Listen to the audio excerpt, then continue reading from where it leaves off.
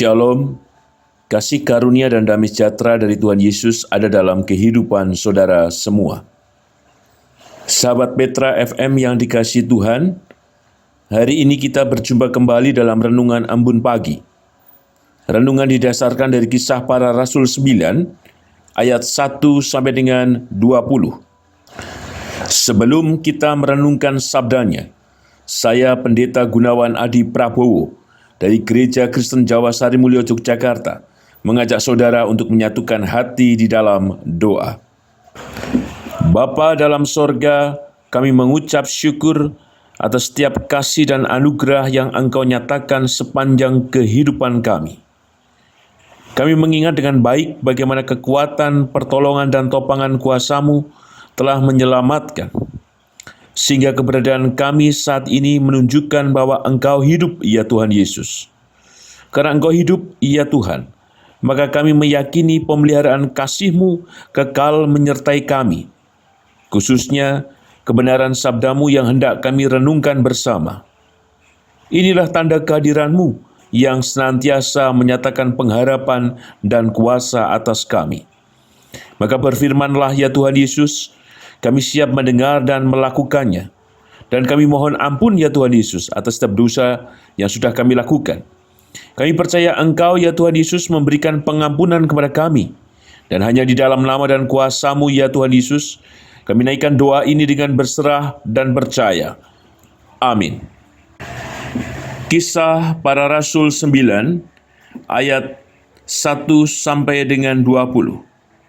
Kisah Para Rasul 9, ayat 1 sampai dengan 20. Saulus bertobat. Sementara itu berkobar-kobar hati Saulus untuk mengancam dan membunuh murid-murid Tuhan. Ia menghadap imam besar dan meminta surat kuasa daripadanya untuk dibawa kepada majelis Yahudi di Damsyik, supaya jika ia menemukan laki-laki atau perempuan yang mengikuti jalan Tuhan, ia menangkap mereka dan membawa mereka ke Yerusalem. Dalam perjalanannya ke Damsyik, ketika ia sudah dekat kota itu, tiba-tiba cahaya memancar dari langit mengelilingi dia. Ia rebah ke tanah dan kedengaranlah olehnya suatu suara yang berkata kepadanya, "Saulus, Saulus, mengapakah engkau menganiaya aku?" Jawab Saulus, "Siapakah engkau, Tuhan?" Katanya, "Akulah Yesus yang kau aniaya itu. Tetapi bangunlah dan pergilah ke dalam kota. Di sana akan dikatakan kepadamu apa yang harus kau berbuat." Maka termangu-mangulah teman-temannya seperjalanan, karena mereka memang mendengar suara itu, tetapi tidak melihat seorang juga pun. Saulus bangun dan berdiri, lalu membuka matanya, tetapi ia tidak dapat melihat apa-apa. Mereka harus menuntun dia masuk ke Damsyik. 3 hari lamanya ia tidak dapat melihat, dan 3 hari lamanya ia tidak makan dan minum. Di Damsyik ada seorang murid Tuhan bernama Ananias. Firman Tuhan kepadanya dalam suatu penglihatan. "Ananias," jawabnya. "Ini aku, Tuhan." Firman Tuhan, "Mari, pergilah ke jalan yang bernama Jalan Lurus, dan carilah di rumah Yudas seorang dari Tarsus yang bernama Saulus. Ia sekarang berdoa." Dan dalam suatu penglihatan ia melihat bahwa seorang yang bernama Ananias masuk ke dalam dan menumpangkan tangannya ke atasnya, supaya ia dapat melihat lagi. Jawab Ananias, "Tuhan, dari banyak orang telah kudengar tentang orang itu, betapa banyaknya kejahatan yang dilakukannya terhadap orang-orang kudus-Mu di Yerusalem. Dan ia datang kemari dengan kuasa penuh dari imam-imam kepala untuk menangkap semua orang yang memanggil nama-Mu." Tetapi firman Tuhan kepadanya, "Pergilah, sebab orang ini adalah alat pilihan bagiku untuk memberitakan namaku kepada bangsa-bangsa lain, serta raja-raja dan orang-orang Israel. Aku sendiri akan menunjukkan kepadanya betapa banyak penderitaan yang harus ia tanggung oleh karena namaku." Lalu pergilah Ananias ke situ dan masuk ke rumah itu. Ia menumpangkan tangannya ke atas Saulus. Katanya, Saulus, saudaraku, Tuhan Yesus yang telah menampakkan diri kepadamu di jalan yang engkau lalui, telah menyuruh aku kepadamu, supaya engkau dapat melihat lagi dan penuh dengan Roh Kudus. Dan seketika itu juga seolah-olah selaput gugur dari matanya, sehingga ia dapat melihat lagi. Ia bangun lalu dibaptis, dan setelah ia makan, pulihlah kekuatannya. Saulus dalam lingkungan saudara-saudara. Saulus tinggal beberapa hari bersama-sama dengan murid-murid di Damsyik. Ketika itu juga ia memberitakan Yesus di rumah-rumah ibadat dan mengatakan bahwa Yesus adalah Anak Allah. Berbaiklah kita yang merenungkan sabda Tuhan dan berbaiklah kita yang percaya. Hosiana. Amin. Sahabat Petra FM yang dikasihi Tuhan, tema renungan Embun Pagi hari ini adalah benci jadi dekat. Witing tresno jalaran soko kulino adalah pepatah Jawa yang berarti cinta tumbuh karena terbiasa. Ungkapan ini bermakna bahwa rasa suka atau cinta muncul lantaran sering bertemu, berinteraksi, atau bersama-sama meskipun awalnya bisa jadi tidak ada perasaan cinta dari satu pihak atau dua pihak.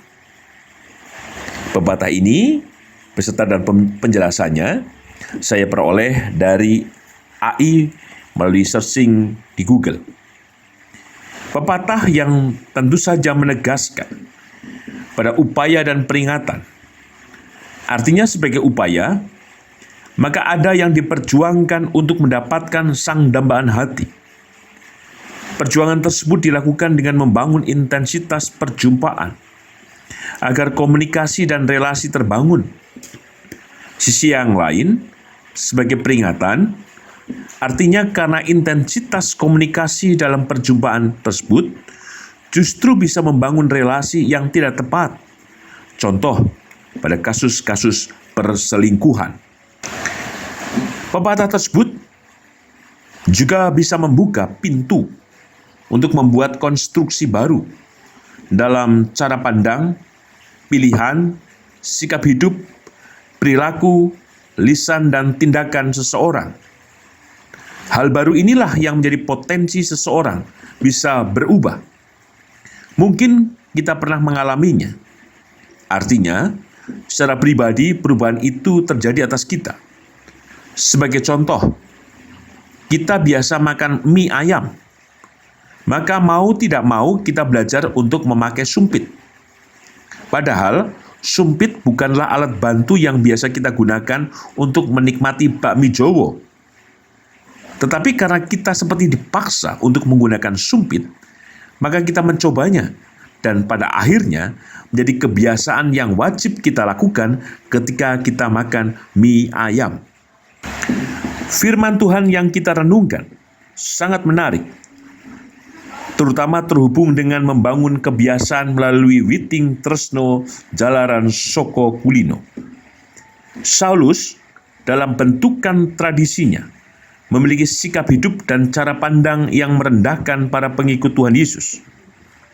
Bentukan itulah yang menghidupkan kebenciannya untuk kemudian mengambil peran guna menangkapi kaum laki-laki dan perempuan yang disebut di ayat 2 sebagai para pengikut jalan Tuhan. Baginya, tindakan tersebut sebagai keutamaan dalam membela keagamaannya. Bertindak atas nama agama yang melandasi dirinya, merasa melakukan yang benar, sehingga ia meminta legitimasi melalui surat kuasa dan imam besar yang akan ditunjukkan kepada para majelis Yahudi di Damsyik. Dengan demikian, Saulus menjadi tresno atau mencintai keagamaannya dengan cara membangun kebiasaan untuk membenci para pengikut Tuhan Yesus. Tindakan Saulus diafirmasi oleh murid Tuhan yang bernama Ananias. Kita perhatikan ayat 13-14. Jawab Ananias, "Tuhan, dari banyak orang yang telah kudengar tentang orang itu, betapa banyaknya kejahatan yang dilakukannya terhadap orang-orang kudus-Mu di Yerusalem. Dan ia datang kemari dengan kuasa penuh dari imam-imam kepala untuk menangkap semua orang yang memanggil namamu. Frasa banyaknya kejahatan menegaskan bahwa Saulus, karena kebenciannya yang dibiasakan tersebut, maka ia memilih untuk mencintai agamanya dengan cara bertindak jahat. Namun, kemudian ada titik balik. Dari mencintai yang dibangun melalui kebencian, diputar oleh Tuhan Yesus menjadi mencintai dengan kasih. Titik tersebut diawali perjumpaan Saulus dengan Tuhan Yesus.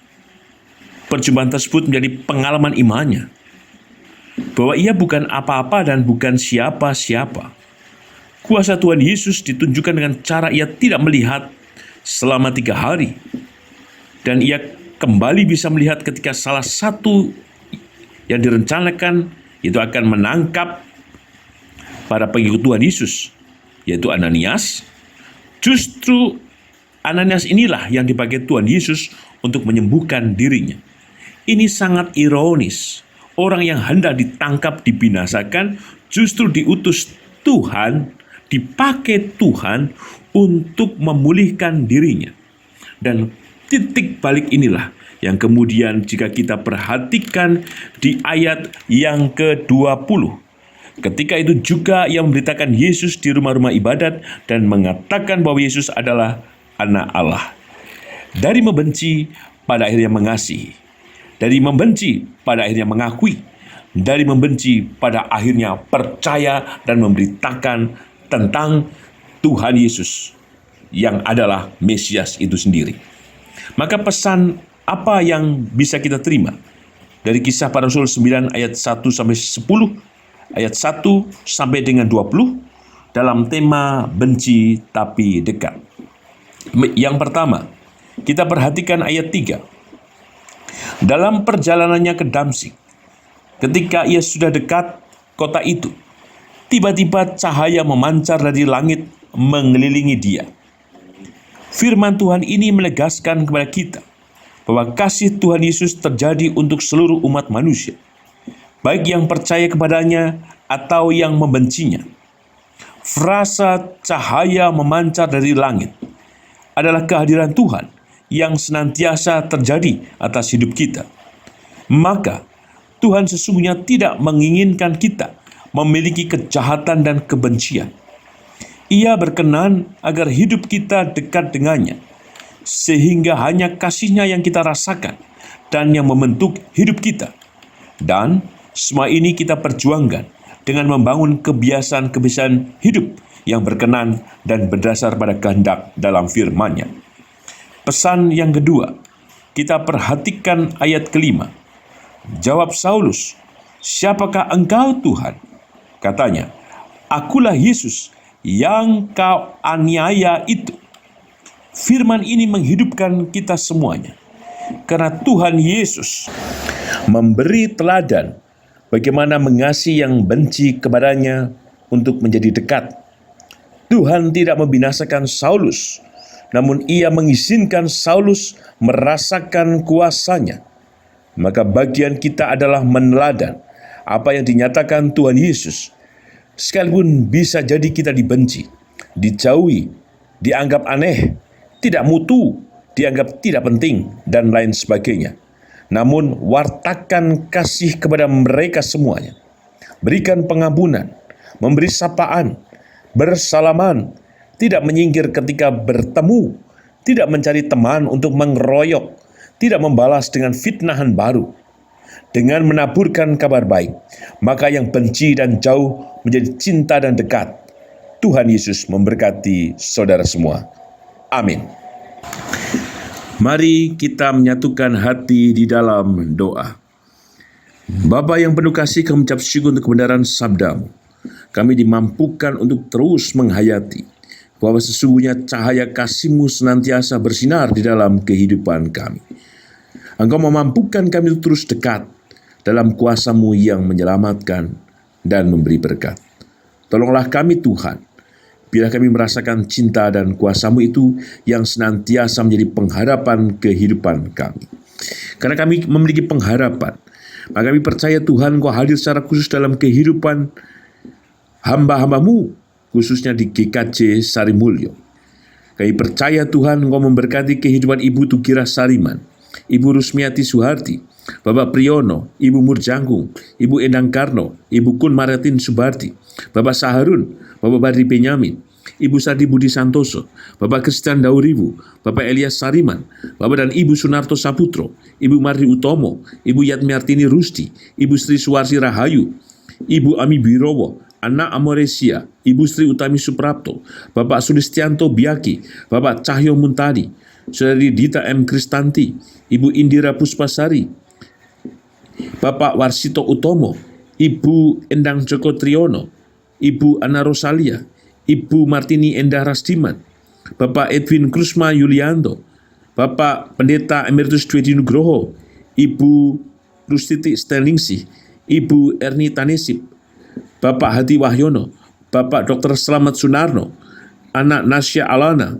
Ibu Ramijo, Ibu Frida, Saudara Gilbert, dan kami percaya Tuhan, Engkau juga hadir atas setiap jemaat yang tidak bisa kami sebutkan satu persatu. Biarlah kuasa-Mu yang hadir memberkati setiap kehidupan hamba-hamba-Mu ini Tuhan. Berikan kekuatan, pemulihan, kesehatan, dan mujizat-Mu berkarya. Demikian juga untuk keluarga yang mendampingi, hanya ketabahan, kesabaran, ketenangan, dan pengharapan yang Kau anugerahkan kepada mereka semuanya, dan berkat-Mu berlimpah atas mereka. Berkati juga setiap kehidupan kami Tuhan, secara pribadi, dan kehidupan rumah tangga kami, dalam pekerjaan, dalam usaha, dalam hal apapun yang kami kerjakan. Tolonglah kami Tuhan. Kami yakin juga memberkati kami yang rindu pemulihan dalam kehidupan rumah tangga kami yang mengharapkan kehadiran putra dalam rumah tangga kami yang rindu juga Tuhan. Engkau menyatakan juga memulihkan kondisi ekonomi kami semuanya Tuhan. Tolonglah kami Tuhan. Tentu Engkau mengetahui ada di antara kami yang terjepit, khawatir, dan tidak berdaya.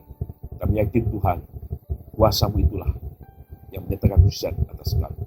Berkati juga setiap kehidupan anak cucu kami, dalam pekerjaan, dalam studi, dalam kehidupan rumah tangga mereka, tolonglah ya Tuhan. Sempurnalah kasih-Mu yang berkati setiap kehidupan anak dan cucu kami.